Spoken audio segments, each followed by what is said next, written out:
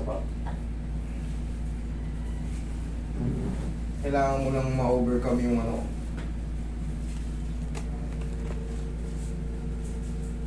Relax lang.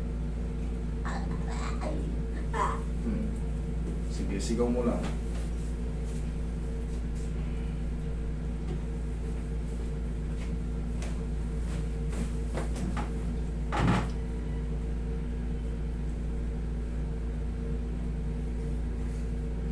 Yung iba ang diskarte ang ginagawa, nagpapaturok sila ng ano. Yung lagi na daw. Oo, nagpapaturok sila ng ano pag talaga sobrang lala. Tapos pag hindi nadali ron, babalik ulit sa ano. Ganun talaga ang ano rito. Pero syempre, kaya naman yan. Pero kailangan mong pagtiisin eh. Pagtiisan talaga. Syempre, kaya nga nasabi siya, hindi kaya ng ano yan. One session. Adhesive capsulitis. Talagang medyo dadanas ka rito ng ano. Kung ano yung unang in-explain ko sa'yo, yun na yun. Natatandaan mo po ba? Yung kabila nahahawa din. Okay, kakanin mo na yung kabila. Awatin ko na yung kabila.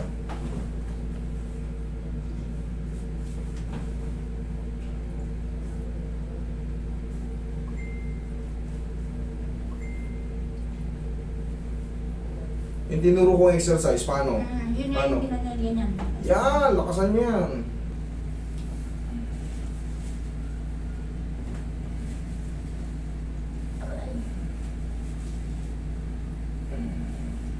Sige, pahinga. Lamputan mo lang. Thank you.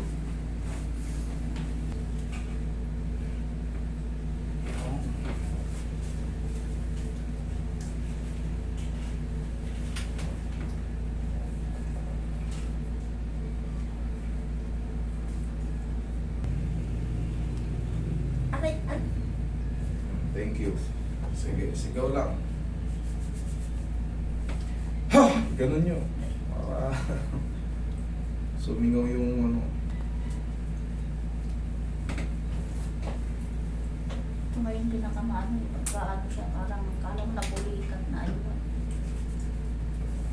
Mag-research kayo, what is adhesive capsulitis? Okay? Kaya naman eh. O, kabila. Biglayin mo nga damputin yan. Biglayin mo. Biglayin, yung hindi ganyan. Ano? Biglayin mo. O. Wala na yung ano, sakit. Na. Wala na. Okay ma'am, ganito. Kailangan, kasi ngayon talaga over, ano siya eh. Yung mga muscle niya, under ng swelling talaga. Pakat na mamaga. Lambingin nyo lang ng lambingin ng ganun. Wala tayong, oo, ganun talaga ang gagawin. Tapos, magpa-check up kayo para ma-resetahan din kayo ng para sa ano. Kasi, mahirap ayusin pagka kasagsagan ng pamamaga at diabetic. May mga ibang nangyayari dyan sa ating mga ano. Kaya ang ginagawa ko, inaalala-lalayan ko para mawala yung sakit. Katulad yan, wala na naman yung sakit. Pag kasi natanggal yung pagkapakat niya, kahit namamagayan, ba't nawala yung sakit kahit namamaga? Because nakabalance ng maayos yung head humerus sa loob. Okay? Hindi rin pwedeng puwersahin kasi nga, yung mga weak na tendons and ligaments, maaring ma-rupture pag pinilit. So, kailangan yan, medication and treatment, exercise, and yun nga, therapy. Okay? O yan, wala na namang masakit ha? Okay. Sige,